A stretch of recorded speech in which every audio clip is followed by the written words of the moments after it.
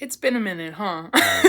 I had a family member go into the hospital and then I caught influenza A, which I've never had the flu before, but it was as bad as people were saying it is. The good news is the world does not stop because I stop. So things have been happening in the month that I've been completely absent. Starting off with the good news, this past month we officially got our little flyer together, we got our playtest copies together, and we sent them out and got a little bit of feedback from our first group. And I'm really excited because I think that it's kind of putting us on the right course for moving forward. Nothing's perfect, of course, understandably. There were things that they ran into that I was not anticipating, but I think that we're in a good position to move forward, which is great news. Signs of the Times was kind of originally designed to be more of a rules light role-playing based experience on the spectrum of RPG. Obviously that's a wide spectrum. It can range anywhere from something that like basically has no rules and you're just live action role-playing to something that's really complicated and has combat mechanics, like different numbers that you're crunching, like D&D or a TTRPG system. I do think that the playtesting group that we got feedback from tends to lean more towards that crunchier side of the aisle. And one of the things that stuck out to me was that they were saying, hey, this is a really fun experience. And I was really excited because this game system relies on player creativity. And I was like, oh my God, they're doing this with my game system. Like, whoa, it was just really fun. But I definitely understand from their perspective, they were saying, hey, there's not a whole ton of player input in the process of this game, even though a lot happens, and it doesn't really feel like a full gameplay experience yet. And I had to sit with that feedback for a little while, mostly because I tend to be somebody who prefers more of a rules light system, and I would also argue that a lot of my personal favorite games in the board game and the video game genre have that criticism lofted at them a lot. While that is a preference thing, I also wanted to play around a little bit with the feedback that they were talking about, because obviously there are plenty of people, unlike me, who want a little bit more of a fleshed out experience, at least in terms of like mechanics that they can grab onto, and hopefully some strategy as well. The original game, most of the strategy tended to be oriented around designing the map and like figuring out where you were going to go at what time, mostly because the random inputs of movement, you're rolling a dice to move whichever direction, is meant to be thematically appropriate for a story about people starting a cult, psychic, believing in their own predictions, etc., etc. But obviously it takes away a little bit of engagement from the players. So it works thematically at the expense of people feeling as involved in the story. So I was like, okay, we're going to take that and we're going to do something with it. The original playtest copy that I sent out was composed of this very extensive book of signs, which acts as the prompts for the game, as well as some tarot associations to explain how they interact with the world and what those signs essentially mean in relation to their characters and the plot. And it's a little bit bare bones. I would like people to be able to expand upon this and make it more complex for themselves as well. Being able to make their own sign prompts, like inventing world building aspects in the future that are more in-depth for them and make it more custom to their player experience, the way that D&D often has stuff that's homebrew or altered from the main core mechanics. I know I cannot create a universal game, because we have to have some kind of an audience for this, and obviously this game has a strong voice because it has political messaging in it. What I don't want to do is arbitrarily limit the audience for this just based off of the gameplay mechanics, so I felt like it was my job at least to explore a little bit some more complexity and see how it adds on to the experience and hopefully does not take away from it. In effect, I think that I ended up creating something that sits somewhere between a cooperative gameplay system and a competitive one. In a gameplay sense, you're all working towards the same goal, but because this is a character-driven story and the death of certain characters changes the dynamics and the politics within the actual cult and like player character group itself, it ends up creating this interesting dynamic of like, are people going to try to seize power? Are people going to turn against the Oracle and maybe decide that they need a new leader?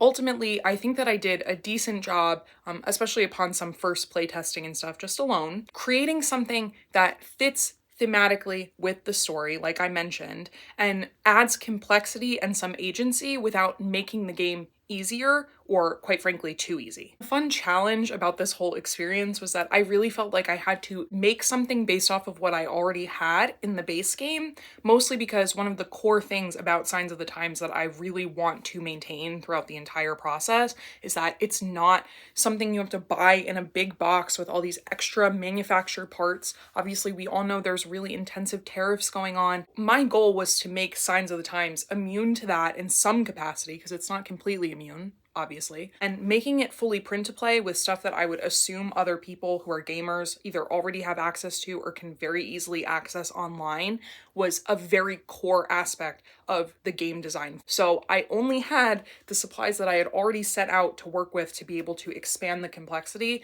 and honestly, I think that I did a pretty good job. So I'm proud of myself. We're patting ourselves on the back. We got very scared. Some of that feedback was hard. Okay, we gotta learn to be a little bit okay. Like, sometimes I'm sensitive, whatever. But I think that they were super helpful in the way that they described their experience with the game.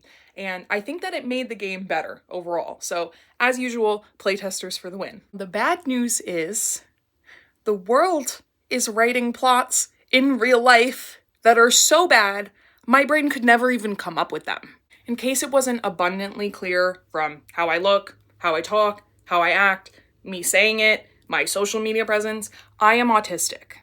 In America, we are currently living under a fascist regime that installed a Department of Health and Human Services head who has no medical experience, no experience on anything, and quite frankly does not deserve respect.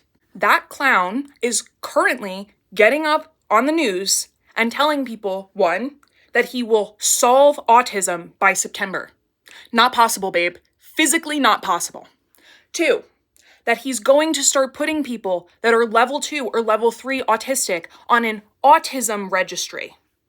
Three, that vaccines cause autism when objective reality proves otherwise. Sorry, babe. I don't know what to tell you. And number four, my favorite. He intends to send people to work camps to try to help them with their symptoms. So to translate that into what they're actually planning on doing, because they're saying the quiet part out loud at this point, they want to arbitrarily discriminate against people that cannot work or perform to their capitalist standard and isolate them in concentration camps and potentially eliminate them from the gene pool. Who does that sound like? And to those of you self-centered ignoramuses that are level 1 and are saying, autistic people can get jobs, some can't, and they're still allowed to exist. The fact that you think you can be one of the good ones and prove yourself to these people is exactly what they want. They will divide and conquer this fucking community and rely on your Aspie supremacy when our peers start getting disappeared. I have never in my entire life seen so many people so quick to glom onto a label that simultaneously choose to throw it away the second they face any ounce of oppression that other people may die from. And this entire experience has been so disturbing because it is so profoundly rooted in faith and belief in something that is not real, that you are safe when you are not safe, that you are one of the good ones and they won't come for you. And I had to reconcile with the fact that I was perpetuating shit like that up to a year ago. This time last year, I was involved in a Discord with a lot of other autism content creators on TikTok specifically, after there was a whole bunch of drama and fallout for people like me who were promoting the concept of quote-unquote pathological demand avoidance without looking into it rigorously enough. These people came forward and said, hey, this information isn't so quality. If you look into this more, it's not that clear-cut.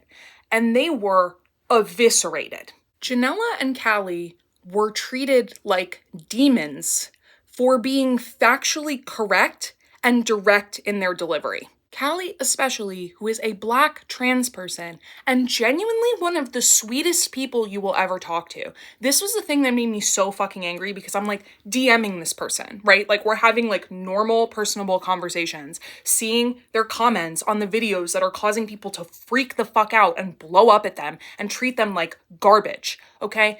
Nothing that was delivered in that time span should have warranted the amount of vitriol and concretely racism that was oriented against them for sharing factual information. So I was rightfully disturbed by the racism then, okay, which obviously ties into the Asperger's supremacy. They were not listening to higher support needs folks in any way, shape, or form, and the concept of PDA itself is directly oriented around separating PDA profile from profound autism, which is a term used for eugenics. Also profoundly unscientific. There is no marked database difference on quote-unquote profound autism. So I went through this whole journey learning so much from Janella and from Callie and from a lot of other wonderful people and content creators in that group. And we were talking and like vibing. It was the first time that I felt like I had a group of people as an autistic adult that got me as an individual, but also understood and represented my values. I was all ready to go and enrolled in social work classes, and then a lot of separate external circumstances, including my own disability symptoms, disabled me, and I had to drop out, and I was like housebound for a year. And the thing that was so hard about all of this is these people that I was interacting with, I admire so much. They're like intelligent, creative, capable, like ingenuitive. They're coming up with all these great ideas, and I'm just sitting there and I feel like a fucking schlump. Yeah, I'm learning from them and they're so kind, forgiving, appreciative, whatever. But God forbid, if I make that same kind of mistake again, I'll just be causing people more harm. And clearly, Callie and Janella were 100% right about the PDA crowd. PDA advocates, quote unquote, insist that their symptoms and quote unquote profile is distinctly different from other representations of autism. It's not true, okay? Statistically speaking, that is categorically untrue. We don't even know that PDA is autism. That's not clear. So them saying that is factually incorrect. And then we get into the organizations that are promoting this idea. I'm looking at you, PDA North America, okay, who I'm still on the email list for, and you rip people or send your followers against people or promote influencers that attack people for questioning the concept of PDA, and then you are fucking hypocrites in your delivery of information and trying to get engagement. I will prove my point. I got an email from them a couple months ago because they have like a conference they do every year that was them talking about and addressing quote-unquote intersectionality. I have a feeling, because I'm out of the loop, that Callie and Janella were also trying to get that message out there again, because it's a very legitimate complaint, okay? Most PDAers are white, and that doesn't make a lot of sense in terms of it being a quote-unquote genetic or developmental disability. This is just an issue that they've had in their organization that they've repeatedly said that they were going to address. And what do I see in my email? They're asking people to fill out a survey. It's not scientific, and they're going to try to frame it like that. It's not scientific, it's a survey. Let me scroll down. Couldn't even find a Black person to take a picture of. What is that? Okay, this is fake inclusion for the sake of looking like you are inclusive. How many Black people are in your organization? How many Black people are donating to this organization that you feel warranted in creating a cartoon like this? And then you fucking scroll down, and the biggest accommodation, they always bitch about this, okay? PDA advocates say, you need to use declarative language. That's different from autistic people. First of all, no, it's not. Go look up the low arousal approach and tell me that is literally any different from low demand living. They're sending this out to adult PDAers, supposedly the people they're advocating for, with imperative language in the email, demanding language like, take the survey today. By your logic, that would be harmful and triggering to everyone that you sent that information out to. Now, that's just one example of me watching all of this go down since before last year, whatever, okay? But it leads to one concrete conclusion, which is that these people want to believe they are different without any evidence to that fact. Could you imagine spending the beginning of this year, based on all of the shit that's happening in politics right now, worrying about your group's self-image, falsely projecting intersectionality that does not exist, and then objectively contradicting the thing that you're trying to argue is the defining factor of PDA? And everyone else is sitting here talking about the actual concentration camps that may be coming. Meanwhile, Callie, who is literally a Canadian national, they are not American, went out of their way to create form letters to contact the HHS because that is how good of a person they are. They care about what they are arguing for, and it is very clear PDA North America does not. I wish that I had more energy and capacity as a person, especially over the past year, to be more adamant, going to physical protests, yelling, screaming at the top of my lungs. And I kind of crashed out. And that's okay. It's a result of my disability in and of itself, and I'm allowed to be overwhelmed. But I didn't want all of that time to be for nothing. But right now, what I have is the game that I made. And I'm proud of it because Signs of the Times is a game about believing when you don't have resources left, and maybe you don't even have a reason to believe, and you're still clinging on to it anyway because that's what you need to do to survive. I want people to feel what it feels like for someone who is so hopeless that they are willing to believe at the expense of themselves. I hope that Signs of the Times is an empathetic and constructively critical look at what somebody's life may look like in the event that they end up over-relying on belief. I know historically that fascists succeed when they remove fun from the general population.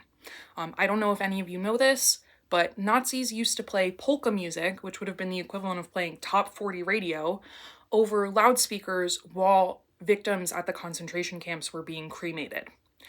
And it created this inherent psychological link between the idea that you will never have fun again because any fun that you're associated with is going to be associated with death. We desperately need autistic dissent right now. That's part of the reason I think why I'm bringing the PDA stuff up again, because it's really dangerous to pathologize the idea that autistic people can't advocate for themselves or verbalize what they need. Autistic dissent is needed, but what I really want people to be able to tap into during this Autism Awareness and Acceptance Month is autistic joy. You are entitled to your big stims, you're jumping up and down, you're flapping, okay?